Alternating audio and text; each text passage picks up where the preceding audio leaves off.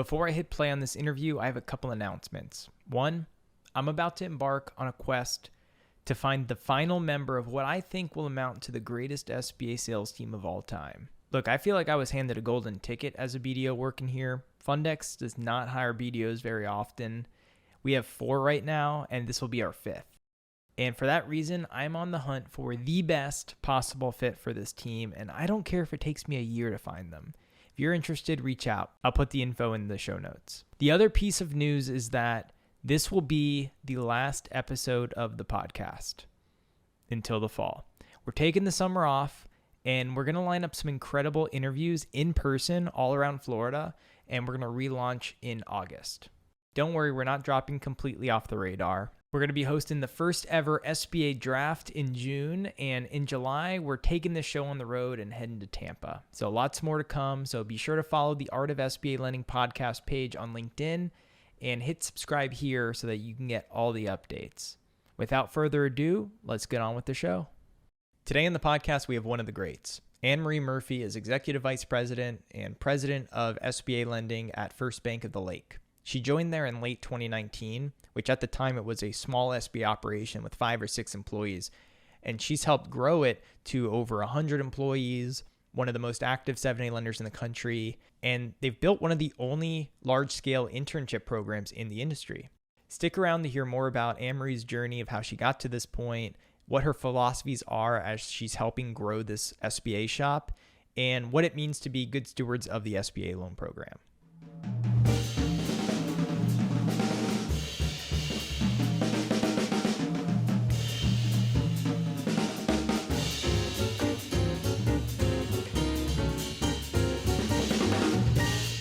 I want to get into it with you a little bit here. You may be one of my best guests ever. Very excited, by the way. You are very kind, Yeah. Ray, but I doubt that. Okay, well, we'll see by the end of this, but you are the brains behind First Bank of the Lake. Is that not true? I'm one of them. It's always a team effort. It's never one person, and it can never be one person. We were just at Nagel a couple of weeks ago, and somebody came up to me on somebody who's now you got to meet with Carolyn, who is working with us, and they're like, "So where are you now?" And I'm like, "I'm still at First Bank of the Lake." They're like, "Well, where's Carolyn?" I said, "First Bank of the Lake." And they're like, "No, that's not possible for both of you to be there. Like, one of you has to be gone." And I'm like, "No." The whole idea is you continue to develop your team and put people in the team. God forbid something happens and I go get hit by a bus tomorrow. I've got multiple people who can step in and keep this team going. We do a complete disservice to the industry and the organization if you center it only on one person. A lot of people do that though. So Carolyn is like someone who can run a shop. Yep. Actually, most people thought she came here when we sent the press release out. They thought Carolyn had come here to run First Bank of the Lake, and I had left and gone somewhere else. So like, no, that's we funny. work together. Carolyn and I have known each other 23 years, I think now. Yeah, Carolyn could easily run a shop. Charles Booker, who works with us, could easily run a shop. I've got multiple people who could run a shop, but that's why it works so well with what we've been doing. Is just we all trust each other, and if somebody's like, "Hey, I'm buried over here, could you pick that up?" We do. Right. Well, did they have a program before you guys got there? They did. They had a small program. The bank was actually a PLP lender prior to us starting here. I came in August of 2019, and we did our launch of January of 2020. Great time to start. They were PLP, but they had never used it. They never had loan authority of their own. They had always done every loan through executive loan committee. And when I started, the portfolio was very small. It was under $100 million. So they had some. So they knew the process. They knew kind of what they were getting into, but it wasn't at the scale that they wanted it to be. So that's why they brought us on. So we started, well, when I started with the bank in August of 2019, I was the 20th employee of the entire bank, and I was number 6 in the SBA department. We had 3 underwriters and 2 closers here when I came. We're Wow. currently 137 on SBA and about another 25 in the corporate office. So we've grown a lot over the last almost 3 years. Yeah, and you guys have done a lot of SBA loans since then, and We now have, we top have. top like 20 lender. We were number 31 last year. Our goal this year is to be top 20. But at the end of the day, it's about asset quality.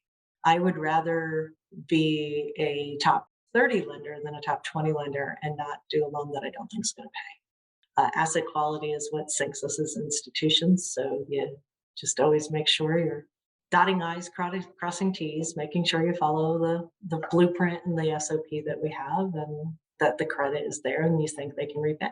Right. So I understand why they would want you guys to come there. Why did you want to go, grow this national shop? So I've had a very varied career. I started my SBA career at the money store, which was the number one SBA lender in the country, I think for 13 years in a row when I was there. It was a huge 7A non-bank lending shop. And I was young, I'll admit it, I was young. And we were getting purchased by First Union and we're like, okay, we got to find something else. So I jumped over to Bank of America and learned how to do 504 truly because that's really what they did. They did some what they called low doc 7A for small 7A loans, but primarily they were a 504 lender. So I learned how to do 504 with a piece of accounting paper and a pencil and a calculator. So it was a good experience there, but of course I was young and not paying attention to the fact that B of A was just going through a merger with Nations Bank. So they did a restructure, and at that point, I left and went to CIT, so back to non-bank, and then I went to a community bank after CIT. And what I have learned just over the years is that I really like working for a community bank. It's not for everybody. Some people everybody's got their space. So is it non-bank? Is it, community bank? Is it regional bank? Is it a credit union? Everybody's got their thing. But I've just really enjoyed being at a community bank, but I like being at a small community bank. My last role was with United Community Bank, and they were about 7.4 billion when I started with them. They were almost 20 billion when I left, and I think they're pushing 30 billion now. They're just becoming there's a community bank, but they're really becoming more regional. And it's like, you know what? I don't need to deal with hundreds of branches. I'm good. I like working with a small bank. So for me, that's why I wanted to come here. It's just I just really like what we do. Yeah, you skipped over Live Oak on I your was I not intentionally. So Live Oak, I was one of the originals. I joined them in 2008. I think I was number 13 at Live Oak. wow. So what I loved about being there at that time was this very entrepreneurial spirit and let's do really good loans. Let's, focus on what we know. And I learned a lot being there, but that's again similar to what I have here. If anything, they remind me the most of Live Oak at the beginning of just let's get it done. We're not publicly traded. We, don't have to sell our loans. We choose to sell some. We don't sell all. It feels like we've got more control over our own destiny. Yeah, because you were there for 6 years and you were Mhm. at CIT for 6 years and Yep. and you were at the money store for I don't know how many years, but like Oh gosh, like two. two. Okay. Yeah. Mhm. So but CIT and Live Oak are I feel like two of the more influential lenders in our industry. And you True. were probably one of the few people at both. I think you're right. I'm trying to think of who I know when I was at Live Oak that had been at CIT, and I can't come up with anybody off the top of my head. One of the things we've kind of figured out is that for what we want to do here, similar, a lot of the people who had been at Live Oak at the very beginning were at Vine Street, which was owned by BB&T at the time. And you can get more information from them, but Vine Street effectively was their own little subsidiary, kind of acted more like a non-bank, even though they were still a bank. But that's the mentality, both what we had at Live Oak, what we had at CIT, is being that non-bank mentality of nothing coming across our desk is cookie cutter. Everything you have to sit down and figure it out. And is there a deal there or not? If, and this is not a criticism in any way, but one thing I learned at Bank of America, and this is going back ancient history, this is in the 90s, so I'm not saying it's even close to the same now, but the one thing I really learned was being with a very large bank at the time was that here's your ratios, click them off. Did you get them all? If you didn't, no, we're not looking at the loan. We're not even discussing it. And that was a huge shock to my system after coming from the Money Star, which was a non-bank lender. So it's just different. It's all there's a spot for all of it. It's just figuring out what's the best fit for you. We have quite a few people with us at First Bank of the Lake who did work at CIT. There's a lot of us that worked together at the beginning of our careers. It's funny how we're kind of glomming back up with each other, but we worked together when we all started our careers in the late '90s, early 2000s, and we seem to be resurfacing out of the woodwork with each other, going, "Hey, this would be a really good fit," Yeah. and it is because we're a bank. We're not a non-bank. We are a bank. But at the end of the day, we don't have a branch on every corner. We only have one corporate location, and then we have an operations center where I am. So that's it. So nobody knows. They don't see us on, the corner and say, "Oh, I bank there." Most people are like, "Well, where's your bank?" So it's really sitting down and figuring it out, and what's the best solution for the customer that works for us. Yeah. Well, I mean, you have a great reputation in the industry, and you've got all these people together at the shop, and you're able to take bits and pieces from what you've learned at some of these shops and at all of your, schools from all those degrees, and put it all into this. What are some of those lessons or kind of like just pillars of overall kind of culture that you are building the shop on? So culture is our number one thing. Um, I I can teach anybody how to do an SBA loan if they want to learn it. Truly, it's really we've got a lot of brand new people to the industry here as well. Um, Culture's number one, and it sounds naive. It sounds even very simple and silly, but our number one rule around here is you're going to be nice. You will be nice to each other, or you don't work here. Well, I've yeah, raised because I've raised two daughters. I don't need any middle school girl drama in my life. I've done that, been there, done that. Did it when I was a kid. My daughters are now in their mid-20s. I'm like, no, no, no. We don't do this. We're not doing mean stuff.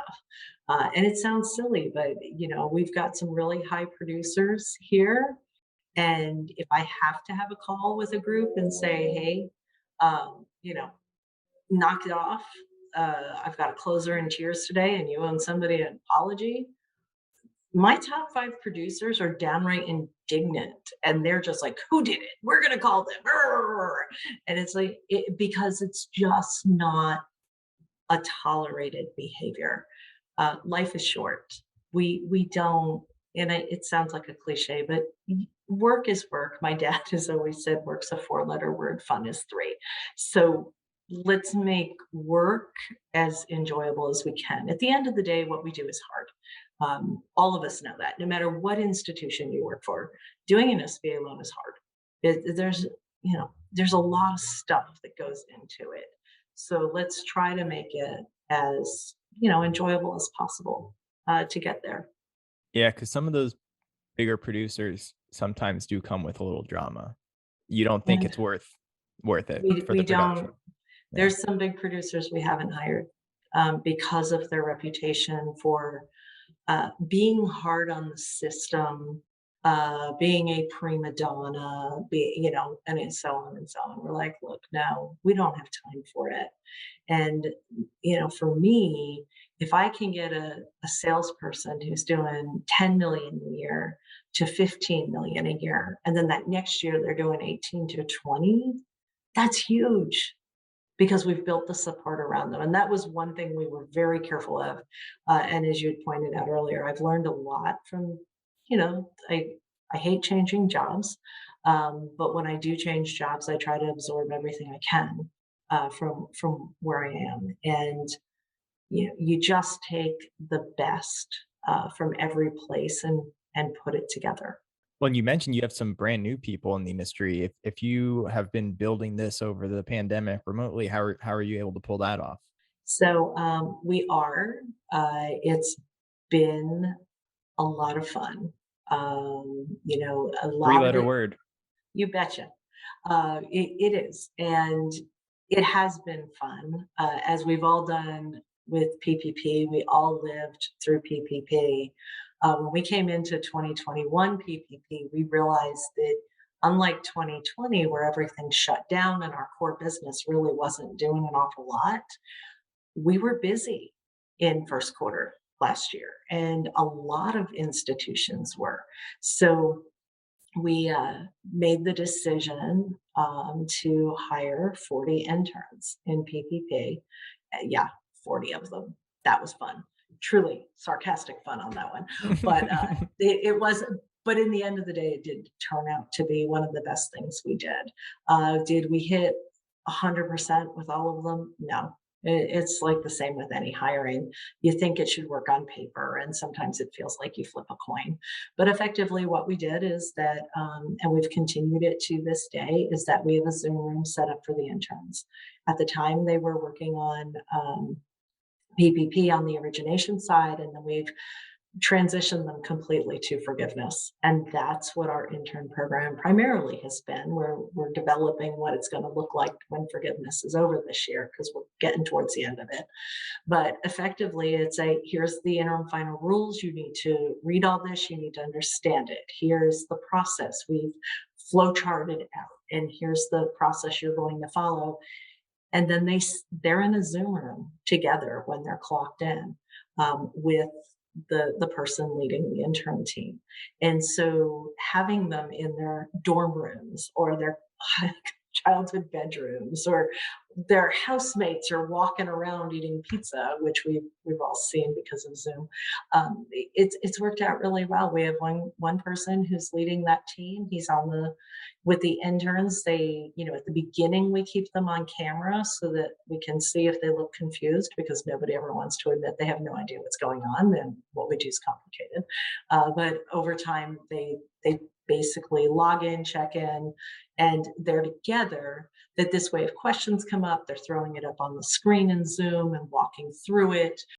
They've come up with some pretty fun stuff. I mean, we did, I want to say, what, about 12,000 PPP loans between the two rounds, and the PPP team has named it a Bigfoot. If you get a forgiveness application in that is 100% correct and accurate from the borrower on forgiveness, it's called a Bigfoot. I think we have like 500 loans to go on forgiveness, and we have had a total of 13 Bigfoots. Forgiveness is rough, and they're learning a lot. So we've transitioned now. Gosh, we've probably transitioned 20, not all from that first group, but we've kept a very robust intern program. We just onboarded 6 more as full-time employment. They just Wow. graduated from college in the last week or so, and they're all on, we've got 6 of them onboarding. It's not all of them. It's actually pretty competitive to get full-time employment with us, because we don't have an unlimited number of entry-level positions. But effectively, what we did is we've got the intern program going, and then we have what we call specialists. And specialists are our entry level, and they're learning the business. And we put them in a specialist role, if it happens to be open, or if that's the only one open and they're like, no, no, I want to try it anyway, sure. But part of the beauty of the specialist role is that, after 6 months or a year, they can go, hey, can I try a different role? And that's what the role is designed for. It's learning how every part of the loan life cycle interacts with each other. So some of them start in sales and love it and stay there, and then they promote up. And then we've got some who start in one area and go, no, I want to try something else, and then they find out what they love. So it's been a really good experience for all of us. I think that is an amazing thing you're doing for the industry because no one's doing that. Yeah. And we need it more than ever. If anyone's trying to hire someone right now, there's not enough people to go around. There's not. And, for those of us who came out of the money store or AT&T, which eventually became CIT, through the 90s and into the 2000s, there were major training programs. And that's how we learned how to do SBA loans. And you're right, we don't see that.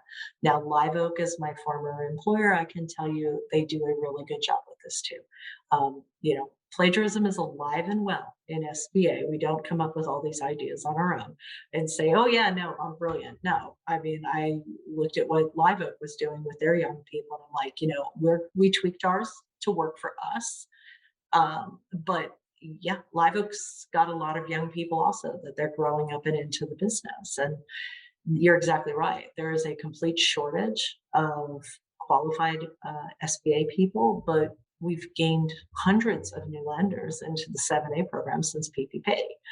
So that's going to continue. So how do we make sure it's being done well? How do we meet, the customer's expectations and give them a good experience? So we came with the okay, we're going to do our own intern to permanent program. Speaking of plagiarism, I'm convinced that there's only 5 BDO pre-screen workbooks in existence, and that I they am confident that you are correct in that. Even when somebody starts and goes, I don't like your workbook, I have my own. I'm like, yeah, our workbook evolved from that like 3 years ago. So yeah, no, we already saw that. I agree with you. Checklists are the same. I mean, you might move stuff around, but at the end of the day, it's an SBA loan. You still have to ask the exact same question. So like you said, Live Oak, they train people, and I don't see a ton of people like leaving like mass exodus out of there. And so, but that said, like a lot of people think, oh, I don't want to put in time and resources training people because then they'll just leave. I don't obviously think that's right. What would you say to those people? It is a concern for any of us who are putting time and resources into developing employees, whether it's entry level or senior level. It's always a concern that another organization is going to pick them off and take them. And at the end of the day, you've got to take that risk. The solution can't be, well, I'm not going to bring on any new people or train my staff because I don't want them to go anywhere else. I mean, if they're happy, they'll stay. Right. That's what I'm saying. Like if someone's able to pick off your people, isn't that in part your fault as an employer? I was going to say, I'd say yes. Most of the time, if somebody is leaving, it's something you as the employer missed. Now, I will put a caveat on that. In the last 12 months, especially, we have seen salaries in SBA lending go crazy. Um, and that's speaking from the hiring perspective, of course, because there's just some things being thrown around out there that and I'll use somebody as an example, and I'm not going to say a name, but I had somebody leave last year because they got offered a tremendous opportunity with, crazy amount of money. They came back. They're back. Really? They're like, it wasn't worth it. They're working me to death. Everything's on me, blah, blah, blah, the whole thing. They came back and they came back at a similar salary of what we had already been paying them. We just adjusted for what it would have been. You should have They did not come reduced it. back at the salary they left at or left for. No, yeah, I would have reduced it. Kind of like when somebody doesn't take my term sheet and then they go with someone Uh-huh. else and then they come back and I was like, the rate just went up 25 bips. I'm sorry. Okay, so when I was on the sales side, which I was sales for 15 years, I did the exact same thing. No problem. Something changes, call me back. But now your rate's prime plus 2 3/4. Yeah. And they That's still funny. came back. So Hey, you got to learn a lesson the hard way sometimes. yeah, but we can't not put the investment into our employees out of fear that somebody else is going to pick them off. You can't. Mm-mm. So we, do we get it right 100% of the time? No, No, perfection's impossible. We're dealing with humans. But at the end of the day, is it a choice for us to try to get better every single day? Yes. Because if we're not trying to get better, we're stagnant and then the competition will eat us alive. We will always have a project here. Always. It'll always be, well, we could do that better or we could do this better. Why don't we try this? We actually went through with a lean consultant earlier this year on readdressing our processes because as SBA lenders, we have a bad habit of over engineering everything. Hmm. Because we always like, oh, that's a really good idea. And we add it to the procedures and the process, and we never take anything out. So this was something that we brought in someone who had no SBA experience, no bank experience, and would challenge us on the process of why do you do that? And when it became all of it, the lean team, we had 12 people on the lean team looking at each other going, well, because we've always done it that way. But when we couldn't come up with a good Love that. reason on why, that it wasn't in the SOP, it wasn't in reg, it was prudent lending as a just general catch-all of, well, we thought it was a really good idea. Well, let's decide, do we still think it's a really good idea? And some of them we did. We're like, no, you know what? We're going to keep that in because that really is something that we think is a good idea. But there were a lot of things we went, well, wait a minute, we already checked that twice already. Why are we checking it again here?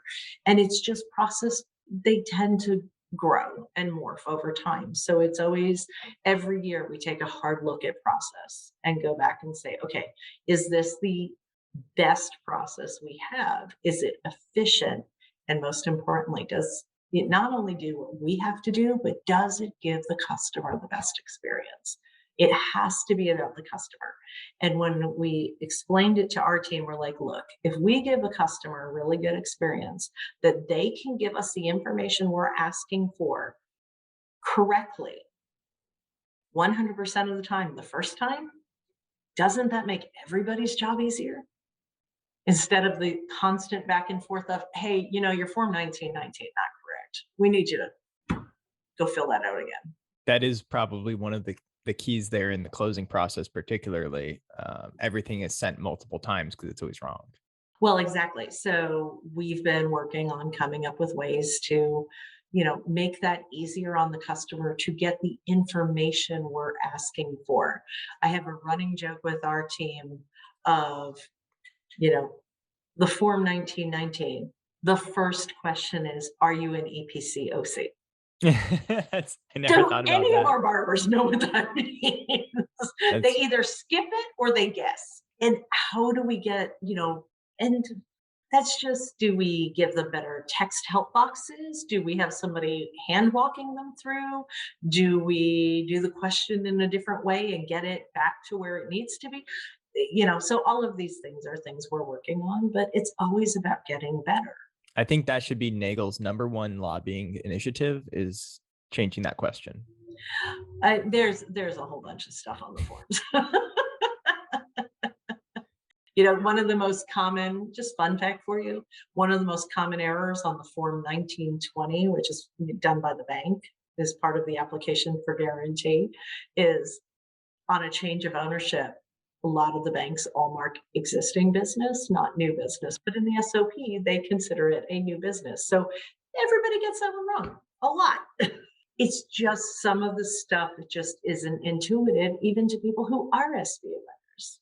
I want to go back to the kind of idea of keeping your employees. And I feel like it starts with the hiring and the recruiting, right? It starts from as early as really even thinking of creating the position. Are you involved in all the hiring, interviewing? For the most part, I am.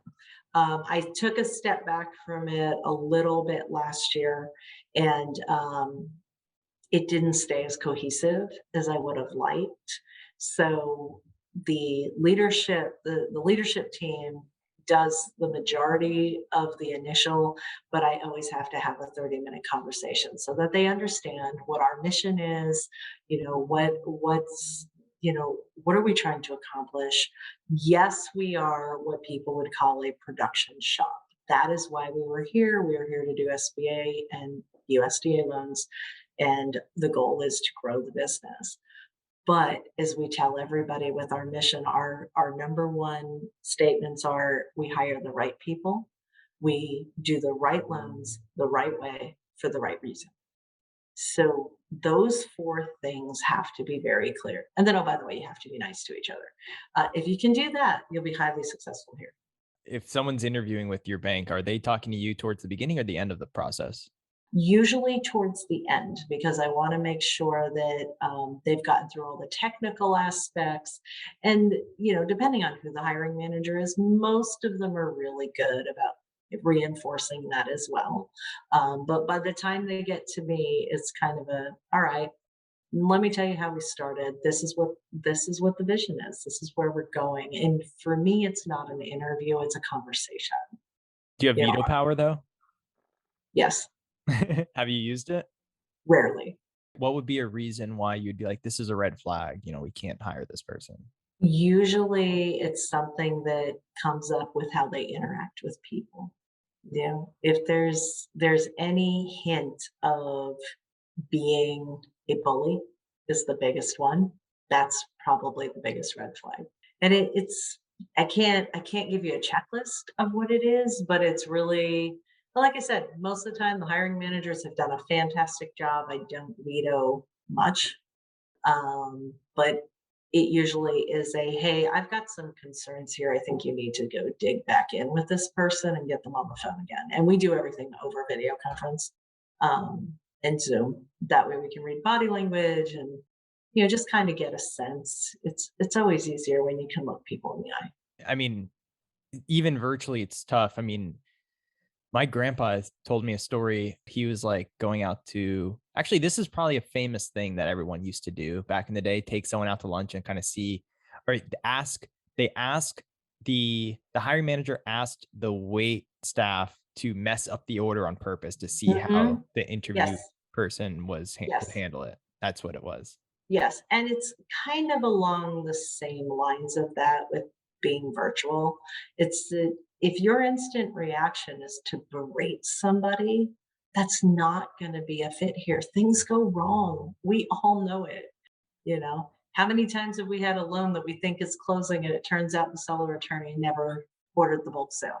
Yeah, you're really tripling down on culture and just creating a Mhm. cohesive team, it sounds like. That's the big takeaway I'm getting. It is, and like I said, we can train anybody how to do an SBA loan.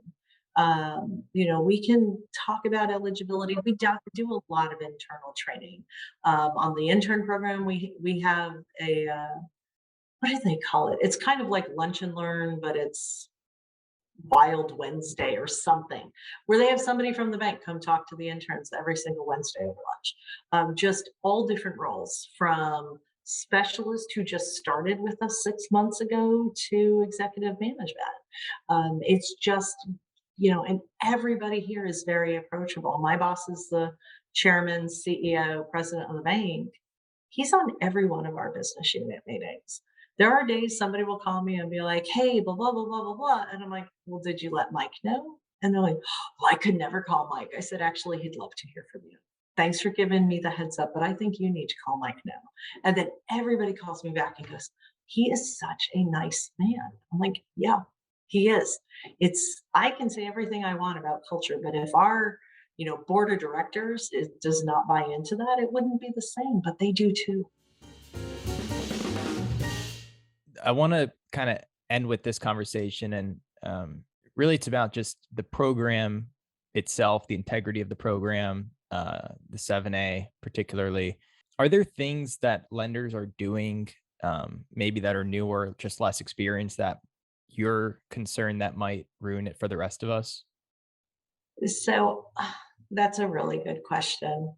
And we talked a little bit about this at Nagel that, our goal as an institution, as an organization, is that the day we finally retire, and I will retire one day, I'm not going to do this when I'm 90. It's not anytime in the near future. We got a long time to go yet, but we have to leave the program even better than when we got it. It's our legacy.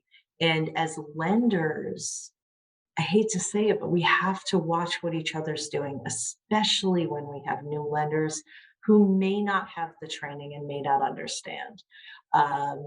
We've got to, reach out to them and see, like, hey, you can't do that. We had one, and I'm not going to mention names or even location, but I had a BDO send it to me, and it was a change of ownership. It is a brand new lender, and it's a 10-year loan. There was no real estate, and they had a rate out there that was higher than what the SBA maximum was. They had a prepayment penalty that they were charging themselves and that they were going to collect for themselves, and they charged a loan fee on top of the guarantee fee.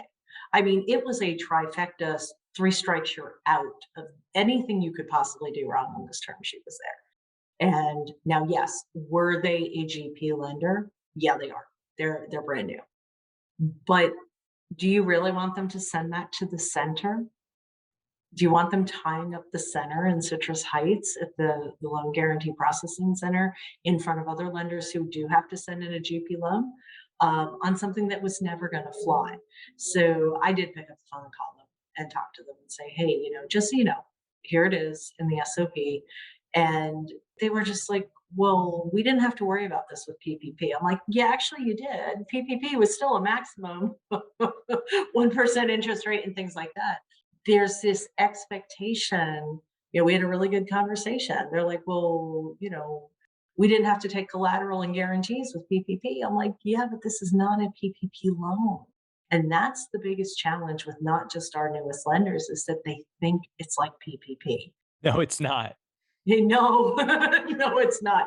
Which is why I think for most of us who were SBA nerds and lenders and PPP, mind blown all the time of what are they doing? This isn't an SBA loan. How can you do this?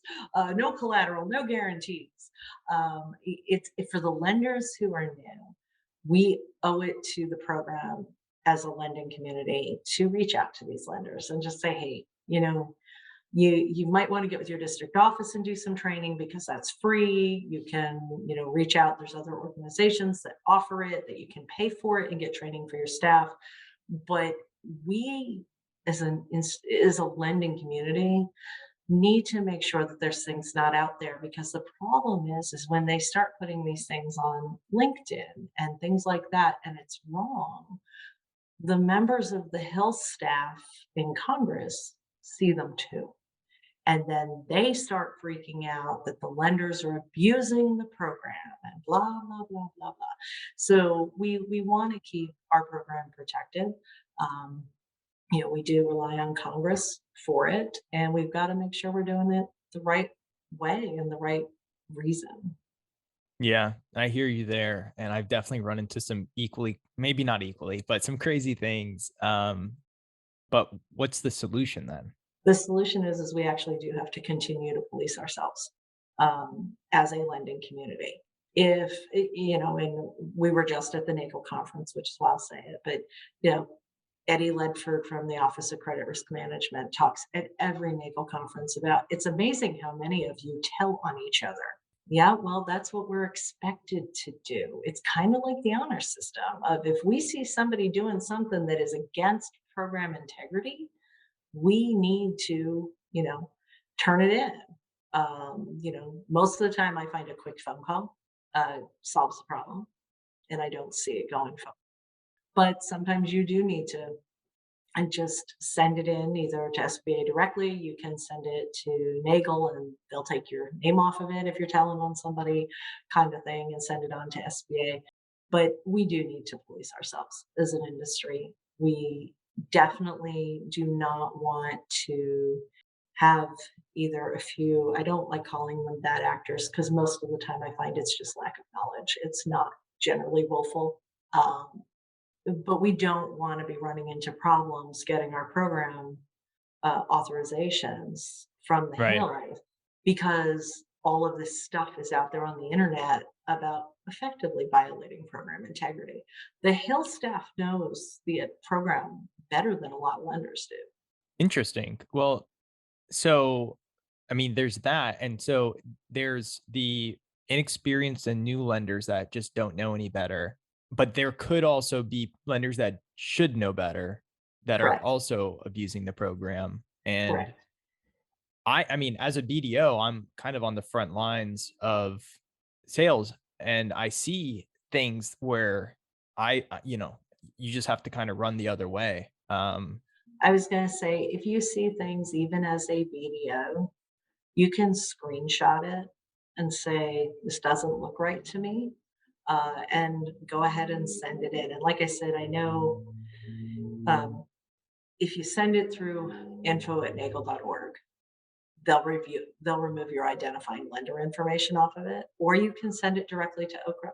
First of all, my advice to any BDO, if it doesn't feel right, you know, run. Don't think about it. Don't think about doing it. Don't Right. nothing like that.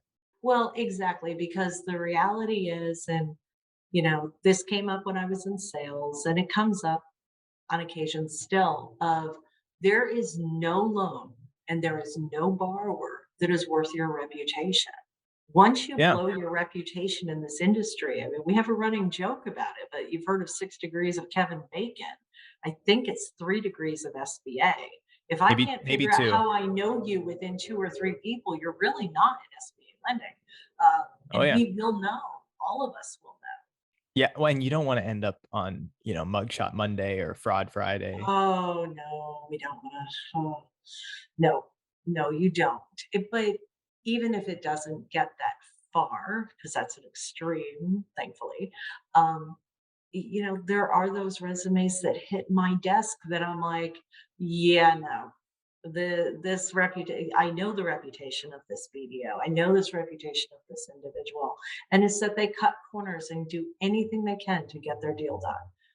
That's not our institution. That's not many institutions. So keep your reputation both personally and the institution you're with, because it goes a long way. I know you were at Nagel because we sat and chit chatted with each other. But if you went to Eddie's session with Office of Credit Risk Management with Okra, and he sat right there and said, "Yeah, lenders have reputations, and we know what they are. We know the reputations of the people who work for that lender. Yeah. Don't get yourself sideways with Okra over something because you wanted to get one deal done for one guy or one person, whoever it was. It's your reputation's not worth it." 100%. Who's the worst offender? Let's name names. No, Just I kidding. I'm won't. just kidding. Nope. Nope. Nope. I will not name names. My concern is that the marketplace is getting very savvy on the rules and trying to work around them. And then it pushes the lenders to say, well, technically, like everyone knows now 20% ownership. So then I saw one time I saw 19.99% ownership on a K1. I I was going said, to say, and we all know exactly what you're doing. And the really big thing to remember, which may not help you as a BDO, but if that loan were to go general process, actually, this may help you as a BDO. If that loan were to go general process or your internal credit sees it, they're all going to do the exact same thing I did of, I know exactly what you're doing here. And the SOP is very clear. The SOP is the minimum we as lenders have to do. You can still take that guarantor. And if right. that went into the center, I'm not a betting person, but I'd bet money on that one that the SBA would take them as a guarantor. And that's the things you got to think about too. They Is would absolutely, they especially if they're would, and putting in the know, capital. Oh yeah, right? Well, and that's the part you've got to always look to. Is it 19% because it's an elderly parent who's 85 years old? Or is this the person putting in 100% of the equity? The facts matter. and honestly, the borrower's gonna find someone to do it. That's the scary thing. They are. And sometimes the best thing we do, and I know this hurts as a BDO, but sometimes the best thing you do is let something walk, because it's not worth your reputation. And is we tell our team, if you call me up and use the term workaround right now, I'm going to stop you. I Because j Yeah, workaround usually means you're trying to get around something you are not allowed to do. You're trying to do something indirectly that you're prohibited from doing directly. So don't be sneaky. The best advice I can give any salesperson is know the SOP better than your ops team, because this thing I see on our side Every new person who starts, doesn't matter if they've been doing it 20 years. When's the last time they had SOP training? Could have been 10, 15 years ago. Old SOPs in the head. So they're quoting things very authoritatively that are no longer in the SOP. I'm like, yeah, no, that came out in 2008. That's not right. And they're like, what? So know your SOP better than your ops team. Know how to structure a loan and don't play games. If you consistently put a good package together and you can say, no, I don't, in a nice, polite, professional way and respectful of, hey, no, I don't think that's in the SOP anymore. I'm on page 197 and I don't see it. You get SBA street cred. Right. And it Right. makes your life so much easier. And then a trust is built. That's really good advice for BDOs. Come with the facts. I had a BDO who used to work with me who started every single conversation with me on a deal with the hole in the deal is. So leading sentence. So I always knew what was the bad and ugly before he even started telling me all the positive about it. But I knew he did that. So I'm like, okay, that's a pretty big hole. Okay, explain to me what's going on next. And a lot of the times I'm like, good job. Right. You absolutely have mitigated this. Good job. That's what the guarantee is here for. So let's get it into underwriting and proceed. Don't sweep it under the rug or try to If you hide it. hide it, you lose credibility. And that's the same whether you're a BDO or you're a lender putting a package in and sending it for guarantee purchase to Herndon. Don't hide things. They will find it. And now they will never trust you again. I was talking to someone yesterday who was trying to buy a business with it was some combination of an earnouts and then floating purchase price. And I told him you can't do it. And it sounded like he was being coached by another lender on how to work around it to make it, oh, I'm going to do it. I'm going to word it this way. And I told him, and I will give Victor Diaz I was going to say, credit. I love Victor. He said, you cannot, and you kind of said it in another way too earlier, but you cannot do indirectly what you can. Wait, I screwed it up. Sorry, Victor. You can't do something indirectly that you're prohibited from doing directly. Yes. And to be fair, all of us, that is a direct quote from Jane Butler. Oh, we've all just been around Jane Butler so often that we all quote it because it's so true. If you use a workaround, you're doing something you're not supposed to do. This isn't a software workaround where, oh, I can't get past the screen unless I, click this combination of keys. This is a workaround on the SOP that you don't want to go down that road. And like I said, it's one of those that when I used to run into that too in sales.